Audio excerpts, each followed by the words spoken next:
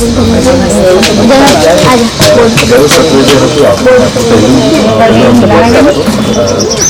સાથેનો સાહિત્ય મિત્ર અને પંચતત્વ ઉત્સવના સરહદો મિત્રો સાથેનો પણ તમારો પહેલો જ અનુભવ આજે તમારો બીજો અનુભવ હતો અને દેખાતું હતું કે આપ વધારે નિખર્યા છો આ સત્રમાં.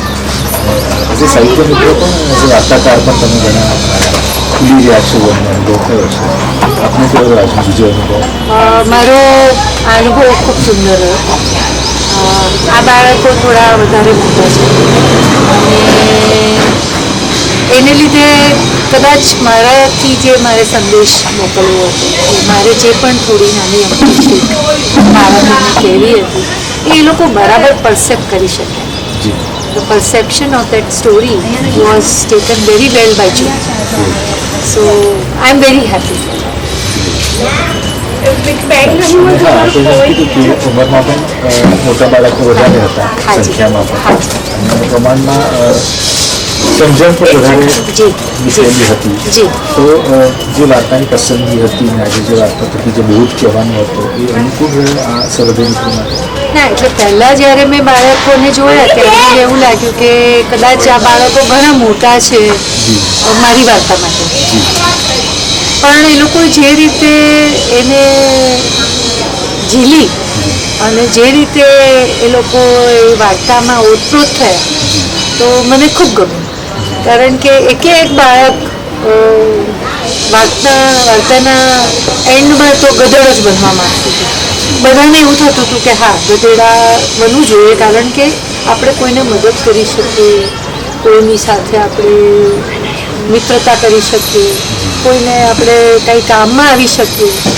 તો મને એ વાતનો ઘણો આનંદ છે કે they could really understand it so better. એ જ મારે પોઈન્ટ આઉટ પણ કર્યું હતું કે શરૂ જ્યારે થઈ વાર્તા ત્યારે એ લોકોને ગધેડા માટે એક અનએક્સેપ્ટન્સ હતું. they were not able to accept it. કે એટલે જ્યારે તમે પૂછ્યું કે આજની વાર્તાનું શીર્ષક શું છે ત્યારે જ વાઘનું ચામડું ઓઢેલો ગધેડો બોલી અને બધા બાળકો હસ્યા અને એમને એવું લાગ્યું કે આ ગધેડાની વાર્તામાં શું હોઈ શકે ને ગધેડાની વાર્તા શું મજા આવશે. અને this is really good.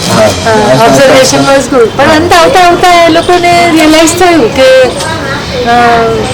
વાર્તા શું કહેવા માંગે છે.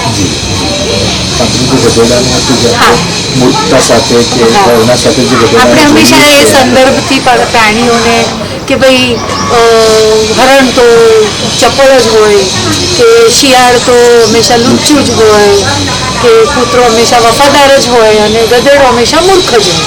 પણ વાર્તાના અંત આવતા સુધીમાં એમને એવું થયું કે દરેક પ્રાણીની જરૂર છે અને આ સૃષ્ટિ માટે આપણા બધાની જ જરૂર છે અને આપણે બધા સાથે ના હોઈએ તો કદાચ આટલી સરસ રચના ના બને. કોઈ પણ રચના માટે બધા જ પ્રકારના પ્રાણીઓ, બધા જ પ્રકારના માનવો અને બધા જ લોકોની જરૂર છે અને they could accept it very well. ખૂબ સરસ.